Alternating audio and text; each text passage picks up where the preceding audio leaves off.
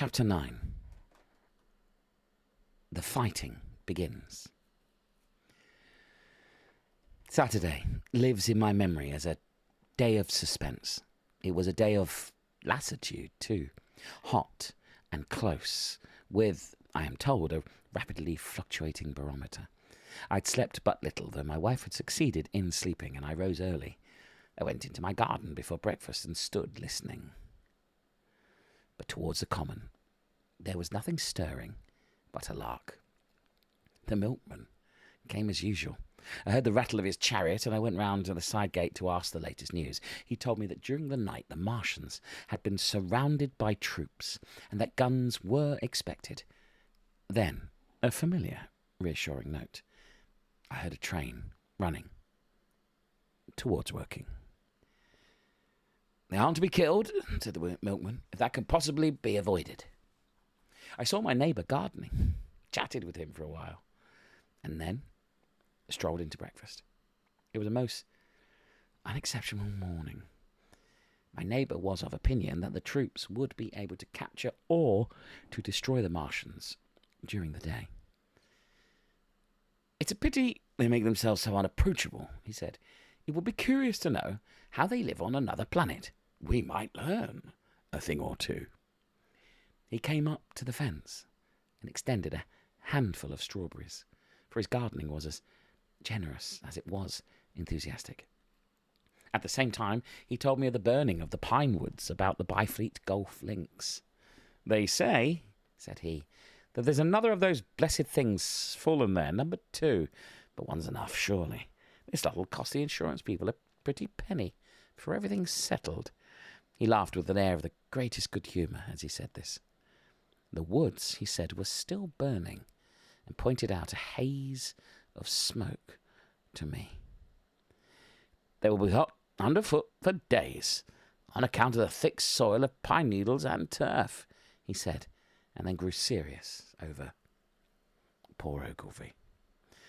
After breakfast, instead of working, I decided to walk down towards the common. Under the railway bridge, I found a group of soldiers, sappers, I think men in small round caps, dirty red jackets unbuttoned, and showing their blue shirts, dark trousers and boots coming to the calf. They told me no one was allowed over the canal, and looking along the road towards the bridge, I saw one of the cardigan men standing sentinel there. I talked with those soldiers for a time. I told them of my sight of the Martians on the previous evening. None of them had seen the Martians, and they had but the vaguest ideas of them, so that they plied me with questions. They said they did not know who had authorised the movements of the troops. Their idea was that a dispute had arisen at the Horse Guards. The ordinary sapper is a great deal better educated than the common soldier, and they discussed the peculiar conditions of the possible fight with some acuteness. I described the heat ray to them, and they began to argue amongst themselves. "Crawl up under cover and rush 'em, say I," said one. "Get out," said another. "What's cover against this here heat? Sticks to cook ya. What we got to do is go as near as the ground let us, and then drive a trench." "Blow your trenches. You always want trenches. You ought to have been born a rabbit, Snippy."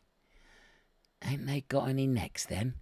said a third, abruptly, a little contemplative man smoking a pipe. I repeated my description. "Octopuses," said he. "That's what I calls 'em. Talk about fishers of men. Fighters of fish it is this time." "It ain't no murder, killing beasts like that," said the first speaker.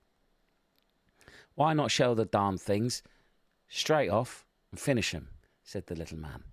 "You can't tell what they might do." "Where's your shells?" said the first speaker. "Ain't no time.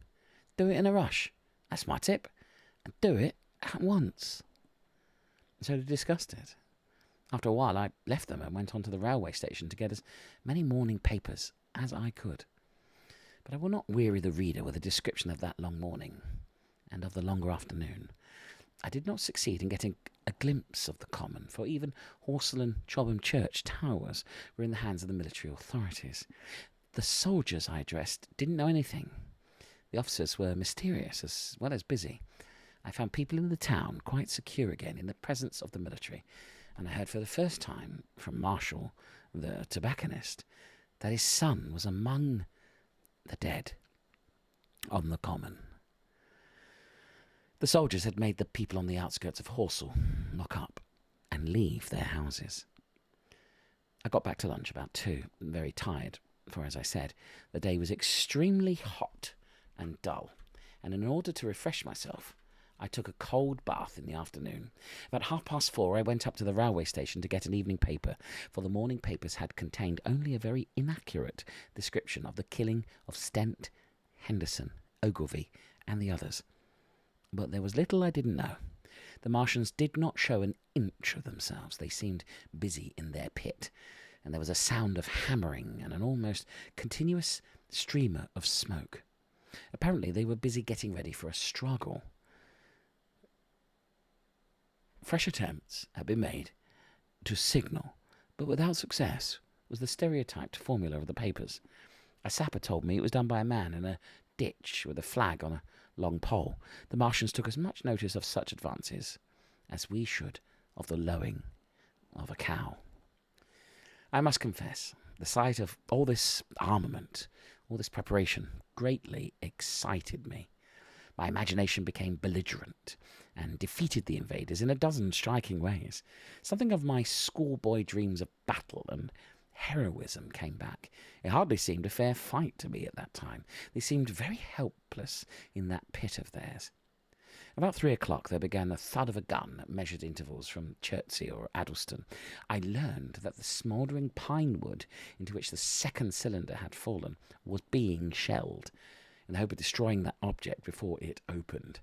It was only about 5, however, that a field gun reached Chobham for use against the first body of Martians.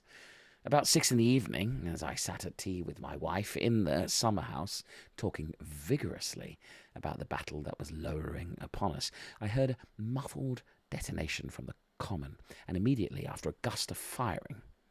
Close on the heels of that came a violent rattling crash, quite close to us, that shook the ground, and starting out upon the lawn, I saw the tops of the trees about the Oriental College burst into smoky red flame, and the tower of the little church beside it slid down into ruin. The pinnacle of the mosque had vanished, and the roof line of the college itself looked as if a 100-ton gun had been at work upon it. One of our chimneys cracked as if a shot had hit it, flew, and a piece of it came clattering down the tiles and made a heap of broken red fragments upon the flower bed by my study window. I and my wife stood, amazed. Then I realised that the crest of Maybury Hill must be within range of the Martian's heat ray, now that the college was cleared out of the way.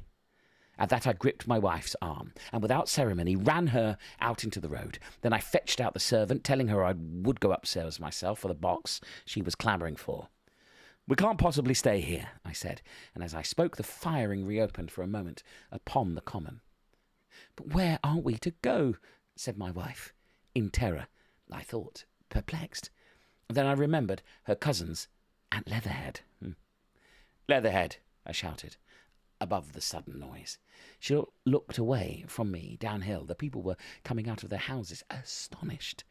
"How are we to get to Leatherhead?" she said. Down the hill I saw a bevy of hussars ride under the railway bridge. 3 galloped through the open gates of the Oriental College. 2 others dismounted and began running from house to house. The sun, shining through the smoke that drove up from the tops of the trees, seemed blood red, and threw an unfamiliar, lurid light upon everything. "Stop here," said I, "and you are safe here." And I started off at once for the Spotted Dog, for I knew the landlord had a horse and cart. I ran, for I perceived that in a moment everyone upon this side of the hill would be moving. I found him in his bar, quite unaware of what was going on behind his house. A man stood with his back to me, talking to him. "I must have £1," said the landlord, "and I've no one to drive it." "I'll give you 2, said I, over the stranger's shoulder. What for? And I'll bring it back by midnight, I said. Lord, said the landlord, what's the hurry? I'm selling my bit of a pig. £2, and you bring it back? What's going on now? I explained hastily that I had to leave my home and so secured the dog cart.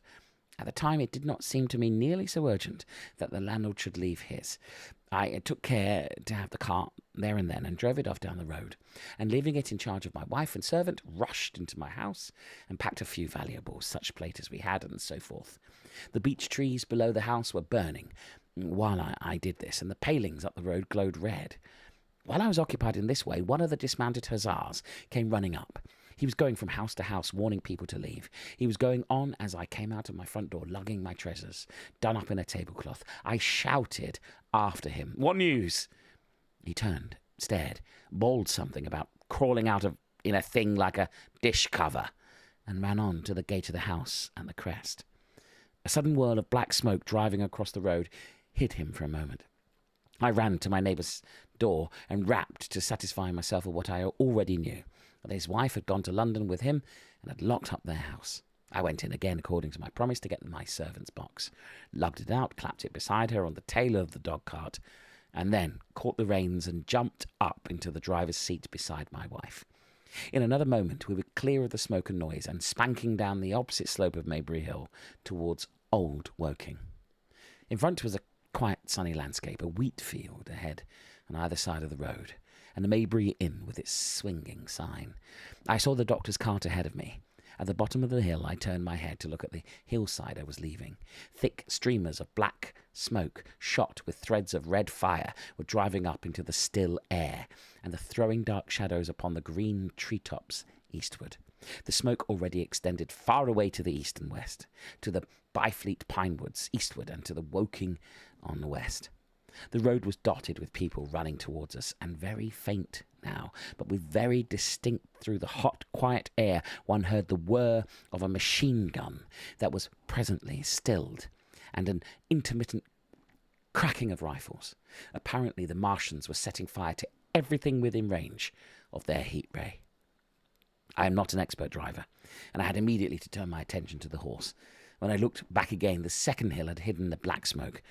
I slashed the horse with the whip and gave him a loose rein until Woking and Send lay between us and that quivering tumult.